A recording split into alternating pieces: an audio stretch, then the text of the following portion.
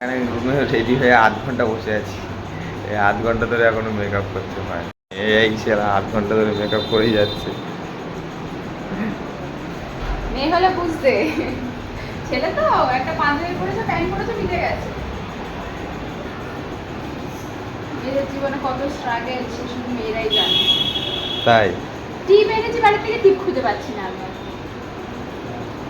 ১ ঘন্টা ধরে বসে আছি আমি তো নাকি। হয়েছে হয়েছে হয়েছে, ভালো হয়েছে না? হুম।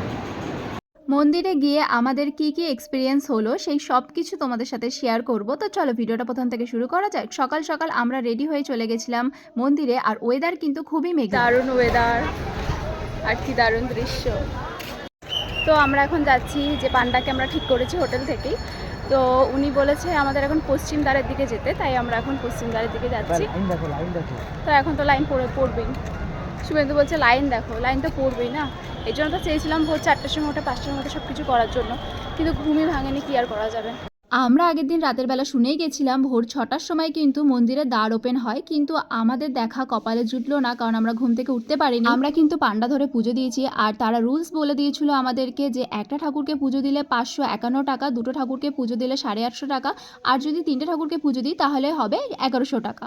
আর যেহেতু অনেক অনেক লাইন হয়ে গেছিলো, আমি ওই সাধারণ লাইনে দাঁড়িয়ে থাকা মানুষের কাছ থেকে শুনেছিলাম যে ঠাকুর দেখতে ওদের মিনিমাম 5 ঘন্টা লাইনে দাঁড়াতে হয়েছে। সেই শোনার পর আমার সত্যি আর এত ধৈর্য ছিল না যে 5 ঘন্টা লাইনে দাঁড়িয়ে পুজো দেবো। সেহেতু এই পান্ডাকেই ধরে আমরা কিন্তু ঠাকুর দেখেছিলাম। উনি আমাদের কাছ থেকে 500 টাকা দক্ষিণা নিয়েছিলেন। তো এখন আমাদের পুজো দেওয়া কমপ্লিট হয়েছে। পুজো দেওয়া কমপ্লিট হয়ে গেছে অনেকক্ষণ আগে। মন্দির আমরা গেছি পরে 10 মিনিটের মধ্যে মন্দির বন্ধ হয়ে গেছে, জানি না কেন। তো আমরা মন্দিরের ভেতরে ছিলাম, আর রন্ধনশালা আরও যে আউটসাইডে জিনিসগুলো ছিল সব কিছু ঘুরে ঘুরে দেখছিলাম। আর এখন এই ফোনটা জমা দেওয়া ছিল, ফোনটা নিলাম। পুজো দিয়ে কেমন লাগলো? ভালোভাবে দর্শন হয়েছে? ভালোভাবে দর্শন হয়েছে। পান্ডা আমাদের খুব সুন্দরভাবে জগন্নাথ, বলরাম, সুভদ্রা ডান সাইড বা সাইড করে খুব সুন্দরভাবে আমাদেরকে ঠাকুর দেখিয়েছে। দিল খুশ, দিল খুশ। এবার আমরা বিচে যাব স্নান করতে। তো আমাদের একটু টাকা খরচা হয়েছে, কিন্তু আমরা কিন্তু ঠাকুর দর্শন অনেক ভালোভাবে করেছি। আর বিকেলবেলা কিন্তু উনি আমাদের প্রসাদটা হোটেলেই গিয়ে দিয়ে এসেছিলেন। যেমন হাওয়া তেমন রোদ, মানে কোনো দিকে বাঁচাতে পারছি না। কেউ আসলে ছাতা নিয়ে আসবে, প্লিজ ছাতা নিয়ে আসবে।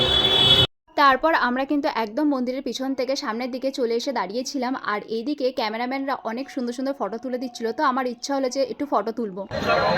আমরা এখানে ক্যামেরাম্যানের কাছ থেকে 100 টাকা দিয়ে একটা ছবি তুলেছি, তার জন্য 10 মিনিট আমাদের এখানে বসতে বলেছে, মানে ওয়েট করতে বলেছে। তা আমরা এখানে মন্দিরের সামনে বসে আছি। আর মন্দিরের ভেতরে যা যা কিছু রয়েছে সব কিছু তোমাদের কিন্তু টিকিট করেই কিন্তু দেখতে হবে। আর আমরা মন্দিরের ভেতর থেকেই ভোগ কিনেই খেয়েছিলাম। আর এদিক থেকে আমরা ফটোটা দিয়ে দেওয়ার পর আমরা হোটেলে চলে গেলাম। তারপর টুকিটাকি কিছু খেয়ে আমরা সমুদ্রে চলে যাব। ভিডিওটা এই পর্যন্ত, টাটা।